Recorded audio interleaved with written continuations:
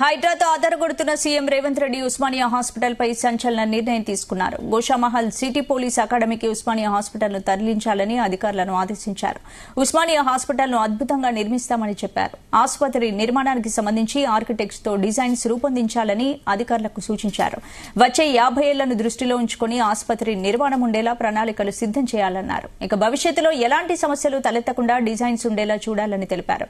Traffic ఇబ్బందులు తలెత్తకుండా road connectivity ఉండేలా ప్రణాళికలు ఉండాలని సూచించారు సీఎం రేవంత్ రెడ్డి. ఉస్మానియా హాస్పిటల్ ను సిటీ పోలీస్ అకాడమీకి తరలిస్తున్నా అకాడమీకి ప్రత్యామ్నాయ స్థలాన్ని కేటాయించాలని సూచించారు.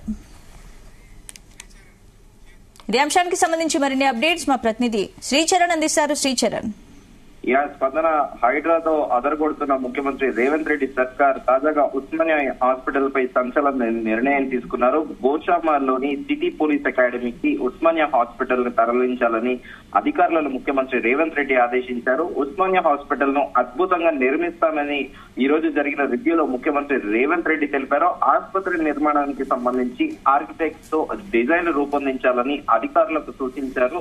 వచ్చే 50 ఏళ్లను దృష్టిలో ఉంచుకొని ఆసుపత్రి నిర్మాణం ఉండేలా ప్రణాళికలు సిద్ధం చేయాలని కూడా అధికారులను ఆదేశించారు. భవిష్యత్తులో ఎలాంటి సమస్యలు తలెత్తకుండా డిజైన్ లో ఉండేలా చూడాలని అధికారులకు ముఖ్యమంత్రి రేవంత్ రెడ్డి తెలిపారు. ట్రాఫిక్ ఇబ్బందులు తలెత్తకుండా రోడ్డు కనెక్టివిటీ ఉండేలా ప్రణాళికలు ఉండాలని అధికారులకు ముఖ్యమంత్రి రేవంత్ రెడ్డి సూచించారు. ఉస్మానియా హాస్పిటల్ ను సిటీ పోలీస్ అకాడమీకి తరలిస్తుంది.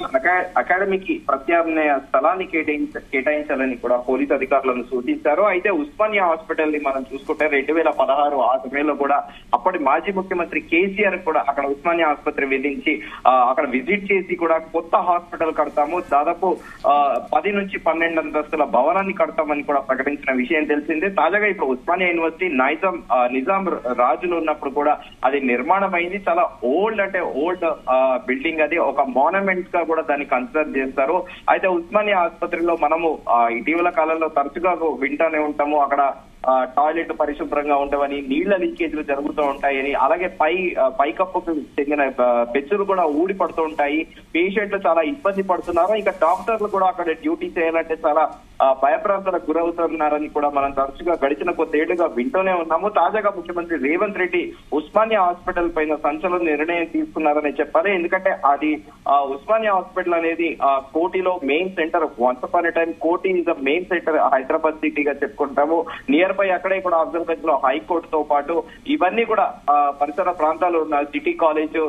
సో చాలా చారిత్రాత్మకంగా ఉన్న ఉస్మానియా హాస్పిటల్ పై తాజాగా ముఖ్యమంత్రి రేవంత్ రెడ్డి నిర్ణయం తీసుకోవడం కూడా సర్వత్రా సంచలనంగా మారింది. గతంలో బీఆర్ఎస్ ముఖ్యమంత్రిగా పనిచేసిన కేసీఆర్ దాన్ని పైలట్ ప్రాజెక్ట్ గా చేపట్టినప్పటికీ ఎందుకో కొన్ని కారణాల వల్ల అది డిలే అవ్వడము, ఇప్పటి వరకు కూడా ఉస్మానియా హాస్పిటల్ పైన కూడా బీఆర్ఎస్ ప్రభుత్వం ప్రత్యేకంగా ఫోకస్ పెట్టకపోవడము.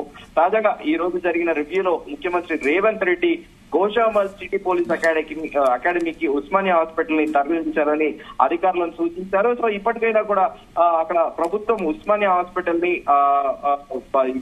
సిమిలర్ గా బీఆర్ఎస్ గవర్నమెంట్ పెట్టిన ప్రపోజల్ కాంగ్రెస్ ప్రభుత్వం కూడా 10 బహుళ అంతస్తుల ఆసుపత్రిని నిర్మిస్తుందా లేకపోతే ఏంటా అనేది కూడా దీనిపైన హాస్పిటల్ ని అక్కడ షిఫ్ట్ చేశాక కూడా మనకి పూర్తి వివరాలు తెలిసే అవకాశం ఉంది. స్పందన, అంటే శ్రీచరణ్, గతంలో కేసీఆర్ ఉస్మానియా హాస్పిటల్ ని డెవలప్ చేస్తాను, మాడిఫై చేస్తానన్నారు, కానీ చేయలేకపోయారు. ఇప్పుడు ఏంటి మరి రేవంత్ రెడ్డి సిటీ పోలీస్ అకాడమీకి ఉస్మానియా హాస్పిటల్ ని తరలించడాన్ని ఎలా చూడొచ్చు?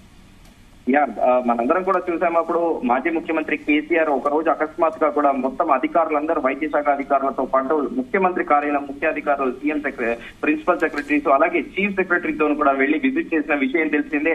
అక్కడ ఉన్న పాత భవనాన్ని మొత్తం కూడా ఆయన క్లుప్తంగా కూడా పరిశీలించి ఇక్కడ బహుళ అంతస్తులతో కొత్త ఆసుపత్రి నిర్మిస్తామని మీడియా ముఖంగా కూడా మాజీ ముఖ్యమంత్రి కేసీఆర్ ప్రకటించిన విషయం తెలిసింది. అయితే ముందుగా అనుకున్నట్టు అక్కడ అది బిల్డింగ్ ఓల్డ్ అయిపోతున్న కొద్దీ దాంట్లో కాంప్లికేషన్స్ ఎక్కువగా అయిపోతున్నాయి. ఎందుకంటే వర్షం పడితే కూడా ఆ బిల్డింగ్ ఎప్పుడు కూలిపోయే అన్న చందన కూడా ఉంది. ఇప్పటికే కొన్ని బ్లాక్లలో కూడా ప్రత్యేకంగా పైపెచ్చులు ఊడిపడము, పేషెంట్లు కూడా భయపడుతుండడము, అలాగే రాత్రి వేళలో కూడా అక్కడికి వెళ్ళాలి ఉస్మానియా ఆసుపత్రి కంటే డాక్టర్లతో పాటు అందరూ కూడా స్టాఫ్ నర్సులు కానీ అందరూ కూడా కష్టం. హైదరాబాద్ నగరం గురించి మనం ప్రత్యేకంగా చెప్పుకోవాల్సిన అవసరం లేదు.